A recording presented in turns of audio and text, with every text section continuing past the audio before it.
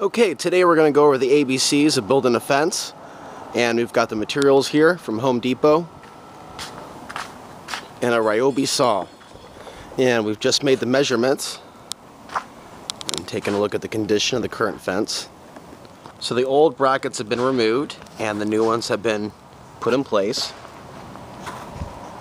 with the Ryobi screw gun. Okay, so I've measured this across and it read out to be 46 3/4 or 3/8, and I cut it to be exactly that, and it is perfectly snug, tight. Couldn't have made it any tighter, couldn't have made it any looser. Of course, he'll find something wrong with it. The point is he always will. Go ahead. That's because we're gonna fix something that was wrong on the original installation. We're gonna lower this so it's even with the other side. Okay, so there's always something wrong, but as far as the cutting of this, perfect. Now I'm on to the second one. It reads out to be 44 1/4. At least that's what it's going to be cut at. We'll see how exact this is.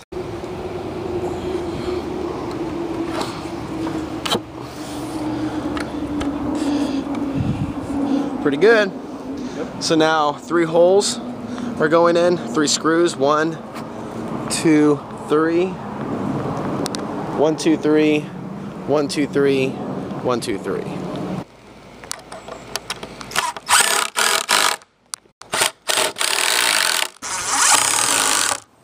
Okay, so I'm starting here. I've already put 2 in, and I've been told about the offset. We have it overlap by a few inches, and try to keep it as level as possible. And because you know, we have things like rocks here, some of these need to be cut so it fits in place. One thing I just discovered is that by putting a piece of wood from one side to the other, you can keep a project, you can keep it level, which is difficult to do if you're working by yourself and aren't able to step back at the same time while simultaneously holding the wood and screwing the screw in. And we can also see how there's bleedage. Fresh wood from Home Depot is still holding moisture, however somebody wants to interpret that. So we're having to do some customized spacing because we have an imperfect length. He calls it the fudge factor, where you have one kind of about this size and one a little more narrower. See, I can't turn my fist into this one, but this one I can. There's 2 types of spacing someone's going to do on this. One's called good neighbor, the other's called privacy. The reason people like good neighbor is because the fence will look equally good on both sides. Each neighbor has the same look of the fence.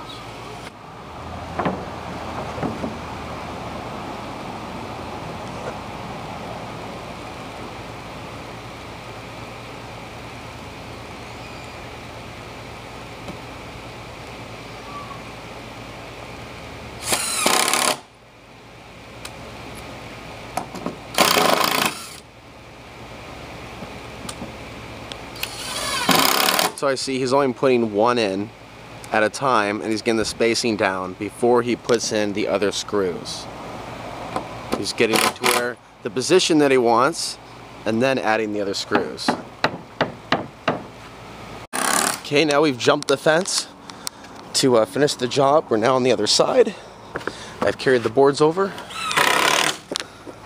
So I came over with 4 boards. Now I have 4 nails in. And I'm taking a step back, and each one will just have to be slightly adjusted, and then I'll add the other nails in. And here's the back of the fence with everything screwed in.